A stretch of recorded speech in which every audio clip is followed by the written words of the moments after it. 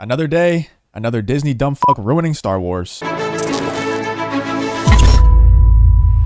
I've been telling everyone for a long time, pretty much ever since I started talking about this type of thing on my channel, what The Acolyte was going to be. I've been trying to tell everyone that yes, the concept for The Acolyte is very cool, but everything that surrounds The Acolyte just tells me that the show is not going to be good, that the show is a mistake, that the show should not be made because of everyone that's involved in the show. You think about the High Republic versus the Mandoverse. The High Republic is all Kathleen Kennedy and her group of people. All the Kathleen Kennedy disciples are the people that are working on the High Republic. And the Acolyte is set in the High Republic timeline. The High Republic is going to be at the end of the High Republic, possibly leading into the prequel trilogy era. I don't know, but the Acolyte is considered part of the High Republic. So you already know that Kathleen Kennedy is going to have a big say in the High Republic, and she's already had a big say in the hires for the High Republic with Leslie Headland, the writer and I believe the showrunner for the Acolyte show.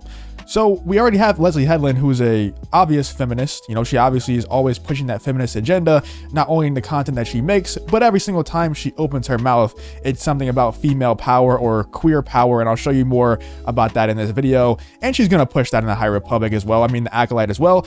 100% the Acolyte will be ruined because of this agenda that she wants to push. You know why Kathleen Kennedy hired her? It's not because she has an amazing track record. It's not because she's a big Star Wars fan, because she's not. And she's proven that time and time again. Every single time she's asked about Star Wars, she can't even name her favorite Star Wars movie. She doesn't even know, she couldn't even name a Star Wars movie when she was asked for her favorite Star Wars movie. She just said that she loves them all. So yes, The Acolyte does have a very cool concept for the show. The concept of the show is actually very cool. Whenever you have a Sith point of view show, that's something that I think a lot of Star Wars fans can agree on, that we would love to see. 100% we would love to see that. But the problem is, whenever they first announced this show on May 4th, I believe it was a couple years ago, the same day that they announced the Taika Waititi movie was coming out, they said Taika Waititi movie is going to be made. Taika Waititi will be making a Star Wars movie. That's all they said about it. The Leslie Headland one, they said Leslie Headland will be writing a female-centric Star Wars show. Why didn't they say anything about the gender of the Taika Waititi movie? Also, if you're going to advertise the show that Leslie Headland is writing and you want to get people more interested in it, why are you saying that it's a female-centric show instead of telling us about this really cool concept for the show that you have? Because like I said, the concept for the show is very cool, very intriguing, and it could be great. And I already know when I'm watching this show, I'm going to be so frustrated because I'm going to be so interested in the show because of how cool the concept is, but then I'm going to get feminist agenda stuff pushed down my throat every 5 minutes in the show, in between every single cool moment that we have. And going back to the female-centric thing, that's even worse. There's nothing wrong with having female-centric shows, right? There's nothing wrong with it. I don't care that much. But when you have a company with the track record of Disney of just replacing men with females, always pushing this female power stuff, always pushing this feminist agenda stuff, it just doesn't look good for the future of the show. It just doesn't look good. Whenever you look at stuff that surrounds the show, I'm not going to say that the show is going to be bad, because I honestly think the concept for the show, very cool. I think the show is going to be good, but frustratingly, they're going to push this agenda down our throats, and it's really going to piss me off because you have these shows, you have these movies that could be so good, but since you want to push an agenda so badly, they get ruined. Let's check out what Leslie Headland actually had to say. Shout out to Data Racer for always being on top of this kind of stuff. Very helpful Twitter account. If you don't follow Data Racer, go follow him, please. Leslie Headland interview on her new show. Thinks Star Wars is about politics and fan opinions are invalid. Sounds like someone else, right? I mean, I'm not a big Rian Johnson hater. I think that he's a talented filmmaker, and I don't think that his Star Wars movie was the worst Star Wars movie of the sequel trilogy. I think it was The Rise of Skywalker, and it wasn't even close. But I am able to realize where Rian Johnson has his downfalls, and he does not care about fan perception. And that's a big problem, because when you look at why Jon Favreau and Dave Filoni are so successful, they've come out and said multiple times that they listen to fan feedback on purpose. They very much have their ear to the fandom, and they will accommodate the fans where possible. So that's something that you need to have. You need to be able to listen to fans and try and accommodate them to the best of your ability. Hired a writer for Star Wars who has never seen Star Wars. Doesn't make much sense at all. Why would you hire a writer that has never seen Star Wars? How is that person supposed to know the Star Wars humor, the Star Wars feel? It just doesn't make any sense, man. I know why she hired her, because she's probably a feminist as well. She probably wants to push that feminist, that pro-queer agenda that she says right here. Female and queer representation is a top priority. I literally cry when I see it. You literally cry when you see a female on screen. That's kind of weird. I'm not gonna lie, that's kind of weird. Whenever I see characters that I like to see, whenever I see people represented that I like to see represented, I don't ever cry at the idea of that. That's kind of strange. I'm not gonna lie. That is the sign of someone who really likes to push an agenda and just gets happy when they feel powerful. That's what that is right there. That has nothing to do with actual queer or female representation. That's a power trip. And she feels very powerful to the point where she literally cries. That's pretty crazy. CBR says The Acolyte showrunner Leslie Headland explains why queer representation in Star Wars universe is so important to her as a super fan. Like I said, she's not a super fan. I don't even know if she's seen Star Wars herself, which would also explain why she would hire someone that hasn't seen Star Wars. But whenever she was asked what her favorite Star Wars movie was, she couldn't name one, so she is not a super fan. And also, queer representation in Star Wars is not important. You know, it's cool to see queer representation out in the world, but when you push it, when it's your main purpose for the show, it's gonna ruin shows. You know, I don't mind it. I don't mind seeing it at all. I really don't.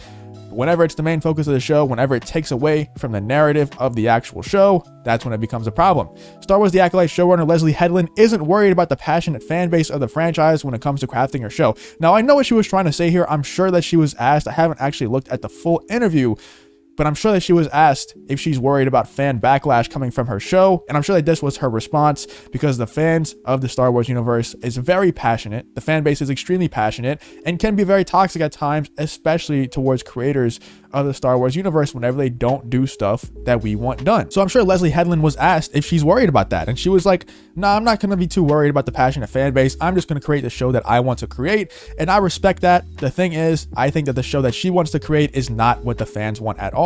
I think that she just really wants to push that feminist agenda, and we just want to see a good story. The Acolyte Leslie Headland explains hiring a writer who hasn't watched Star Wars to help her with her Disney Plus series doesn't make any sense. I don't know how you can even explain that away other than explaining to everyone that you care more about pushing that agenda more than you care about telling a good story, more than you care about telling a story with that Star Wars feel, like something like The Mandalorian has done. I've said it a million times. I don't think The Mandalorian is some kind of masterpiece, some kind of genius narrative. It just has that Star Wars feel that people chase after, that people want whenever they watch Star Wars content. Something that the sequel trilogy didn't have. Something like The Acolyte doesn't seem like it's gonna have. I will give it a chance. Obviously, I'm never gonna write off shows or movies before they come out, but from the outside looking in, if you look at this show from a surface level, everything that they've been saying about the show, the way that they first announced it as a female-centric show, which, like I said, is even worse than female-led, because when it's a female-centric show, that probably means that the lead is not only female, but that everyone around it is probably going to be female as well. And then they're going to push that feminist agenda. They're going to try to make the men look weak. We already know what this is going to be. But this is from the direct. Star Wars The Acolyte writer Leslie Headland says that she hopes to keep reflecting George Lucas's political themes in the Disney Plus series. It's truly what he was interested in talking about and looking at and digging into. No, it is not. No, it is not. George Lucas focused on stories, and he put politics in his stories for sure. But they were universally accepted politics. They weren't these agendas that people are trying to force down other people's story. It wasn't about right versus left, conservative versus liberal. It wasn't any of that stuff. It was Nazis bad, non-Nazis good. But it was universally accepted concepts. And if you're not someone who accepts those concepts that he put in those movies, then you're probably not the type of person that he was making the movies for, because it's kind of like good people are good and bad people are bad, and it's not that hard to understand. But here is where she says some of the full quotes that we don't really get to see in those tweets. There were people like myself that were later in life Dave Filoni acolytes. I literally had one writer that was like, I have never seen any of them. I've never seen any Star Wars media. And she's texting me before we started the room. She's like, Luke and Leia are brother and sister. What the? That's the type of person that she's hiring to help her out on her movie or on her TV show. That is insane. If I got the text from a writer that I hired for a TV show that is a Star Wars TV show, I would fire them on the spot. There was no place for that. We have no place for amateurs like that. We have no place for someone who has never seen Star Wars. That's fine for a random IP that's not Star Wars, that doesn't have a history of like 40 years of Star Wars. But whenever you have this much pressure from the fans, from the studio, from everyone involved in Star Wars to make something great, you have to have that Star Wars feel. You have to know all the characters within Star Wars. You have to know how everything works. You have to be a Star Wars fan if you're going to make good Star Wars content. We've seen that with Jon Favreau and Dave Filoni. Leslie Headland isn't that. The writers that she has on the project with her are not that. This is going to be a train wreck, just like Data Racer said. This is not looking good. I've been saying this since the very beginning when everyone got super excited for the show. I don't think, of all the shows, this is the one that I am not excited for at all, because like I said, I think it's going to be a great concept. I think the show is going to show great signs, or signs of being great. And then every once in a while, they're going to throw in that feminist agenda just to piss us off and make us not like the show anymore. But let me know what you guys think about The Acolyte. Let me know if you think that all my expectations will be blown away. If you think Leslie Headland is actually capable of making a great Star Wars show, and all the writers that she hired that have never seen Star Wars before also making a great Star Wars show. Let me know what you think about all of that in the comments below. But if you did enjoy this video, please leave a like on the video and subscribe to the channel. If you want to follow me on Twitter or join the Discord, both of those links will be in the description as well. Thank you for watching the video. Hope to see you in the next one.